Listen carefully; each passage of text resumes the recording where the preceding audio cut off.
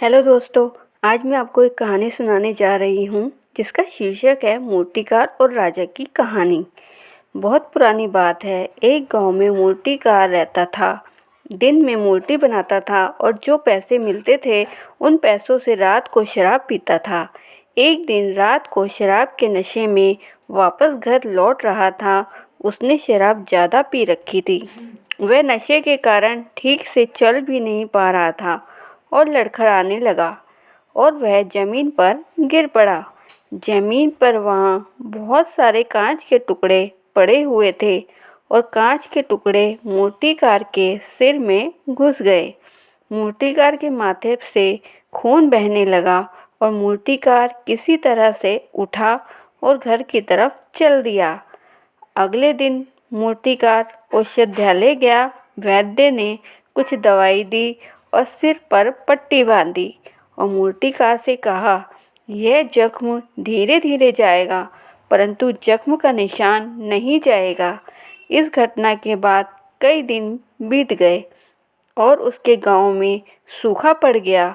सभी लोग गांव छोड़कर जाने लगे और मूर्तिकार भी गांव छोड़कर दूसरे राज्य चला गया।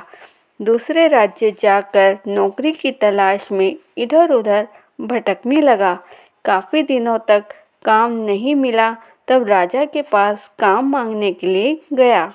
राजा ने मूर्तिकार के हष्ट-पुष्ट शरीर और उसके माथे के निशान की चोट को देखकर सोचा कि जरूर यह कोई पराक्रमी होगा। युद्ध में लड़ते लड़ते माथे पर गहरी चोट लगी होगी। यह सोचकर राजा ने मूर्तिकार को राज दरबार में खास जगह दे दी। राज दरबार का मुख्य मंत्री बना दिया। राज दरबार के बाकी अन्य मंत्री उससे ईर्ष्या करने लगे। ऐसे कई दिन बीत गए और एक दिन शत्रुओं ने राजा पर हमला कर दिया। राजा ने युद्ध के लिए पूरी सेना तैयार की और मुख्यमंत्री को बुलाया और राजा ने उसे अपने साथ युद्ध में जाने के लिए कहा। दोनों युद्ध में रास्ते में जा रहे थे। तब राजा ने मुख्यमंत्री से पूछा, यह चोट का निशान तुम्हें किस युद्ध में लगा? मूर्तिकार ने मन ही मन में यह बात अपने मन में सोची कि उसने राजा का मन जीत लिया है तो सच्चाई छुपाने की कोई वजह भी नहीं है। और मूर्तिकार ने राजा से सच सच बता दिया कि यह चोट उसे युद्ध में नहीं लगी, बल्कि यह चोट शराब के नशे में गिरने से लगी थी। यह सुनकर राजा को बहुत गुस्सा आया कि तुमने मेरा भरोसा तोड़ा है। राजा ने कहा कि तुमने छल से राजपद हासिल किया, जबकि तुम एक मामूली से इंसान हो। तुम्हें युद्ध नीति की नियम तक नहीं मालूम। तब मूर्तिकार ने राजा से कहा कि मैं अपनी जान की बाजी लगा दूंगा युद्ध लड़ने के लिए। महाराज, आप मुझे एक मौका दीजिए। मूर्तिकार ने राजा के आगे हाथ पैर जोड़े और विनती की, परंतु राजा ने मूर्तिकार की एक नहीं सुनी। राजा ने मूर्तिकार से कहा, चाहे तुम वीर हो, साहसी हो, परंतु तुम राजकुल से संबंध नहीं रखते और ना ही तुम एक क्षत्रिय हो।